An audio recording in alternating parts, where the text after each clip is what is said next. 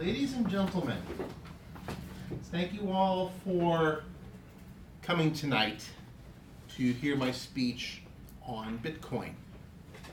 What I generally like to do with these Toastmaster presentations from more of a speech standpoint is I'd like to keep the same theme going, and I've been doing that for a couple of years now, where I harp on the concepts of inequality.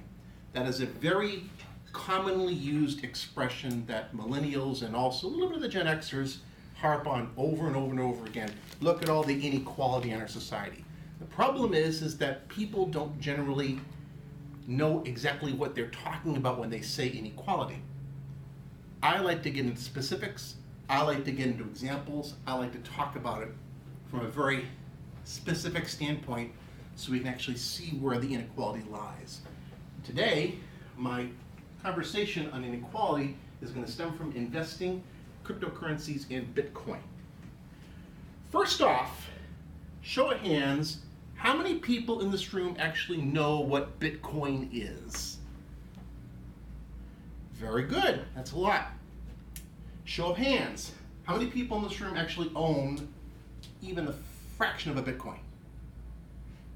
Even better, but I see that there's less. By less people actually owning it, there's less people that are actually participating in it. Now, with the stock market that was going absolutely nuts, going absolutely crazy, we had Dow Jones went to 25,000, 26,000, and it's creeping back up again. That was great for half the country. Half this country, half of the United States, 162 million citizens in the United States have stock. So when it goes up and when it goes down, it affects them. Very few people, almost none, own Bitcoin. People don't really understand what this is all about, but we're going to get into that. We're going to get into that right now. What is Bitcoin and cryptocurrencies?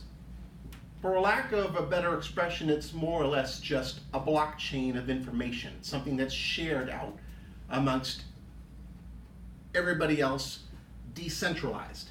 If you have the whole blockchain, you have a full node on your hard drive.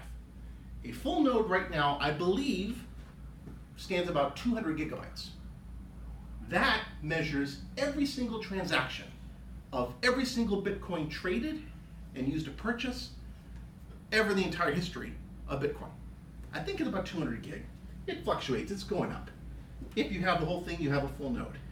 And what is the Bitcoin?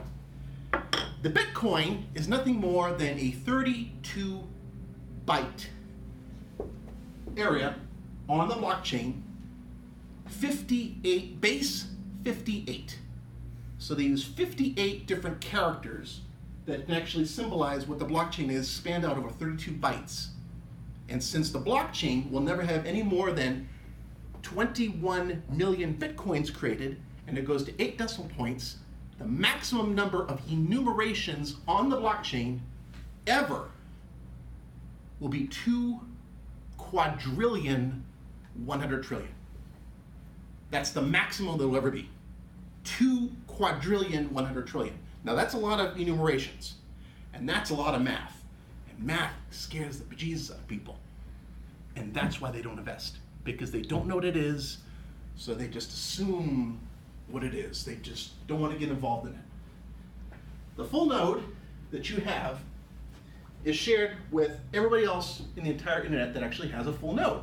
So when transactions come through, and whatever happens, whatever's written to the node, it's happened to everybody else, and something else goes on the blockchain, something else goes on the blockchain, something else goes on the blockchain. It's changing all the time, but it's changing for everybody else, and the more that it goes on, the more stable we are with the blockchain.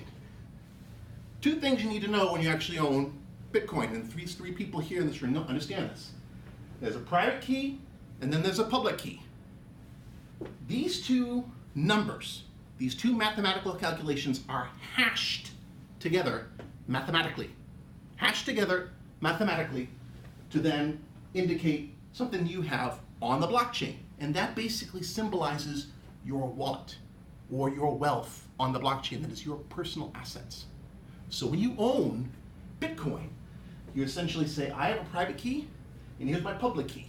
My public key is out, and if you want to buy something from me, you associate it with my public key. If I want to get access to it, I have to hash it with my private key. don't let anybody have your private key. They have your private key, they can hash it, and they can take your money. So keep it. They've actually had incidents where people kept their private keys in their hard drives.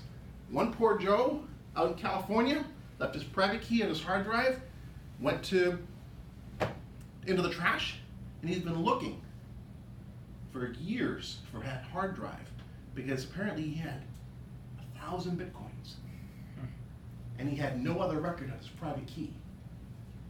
He's never going to be able to get those back because he can't get the actual hashing to get that number back, and he'll never be able to use them again. That's a big problem.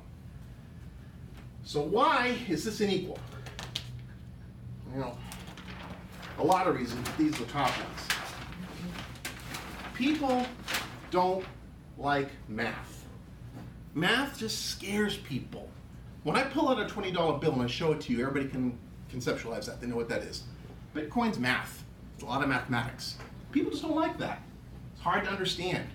When I say 2 quadrillion, 100 trillion, people are like, I don't know what that means. The fact that we have a $20 trillion debt is still just an esoteric number. This concept doesn't mean anything, but it's still mathematics. Nobody explains it to them.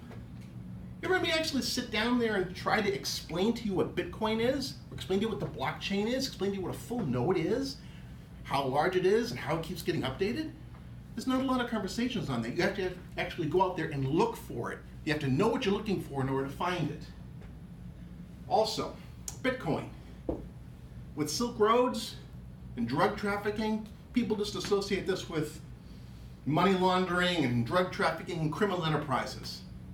They think it's kind of shady. The fact that everything in Bitcoin is at the foundation level and you can associate with having a public key means that you could track all of this, every single transaction if you really wanted to, and it's extremely easy for the federal government to do that, but they don't bother to know. They just don't know. It's not for the faint of heart, and you can't touch your currency. I buy a gold brick, I keep a gold brick in my safe, and I have it. With the blockchain and Bitcoin, I don't. And right now, it is manifestly unequal because we have a group of Bitcoin billionaires that are actually buying the island of Puerto Rico. They're pricing it right now. Buying the island because they can get it for pennies on the dollar using their Bitcoins. We need more people to know about this. We need more people to know about cryptocurrencies, and we need a way for people to be comfortable with it. And I'll close on that. Thank you very much for your attention. Thank you, Paul, for that enlightening speech. Everyone now, you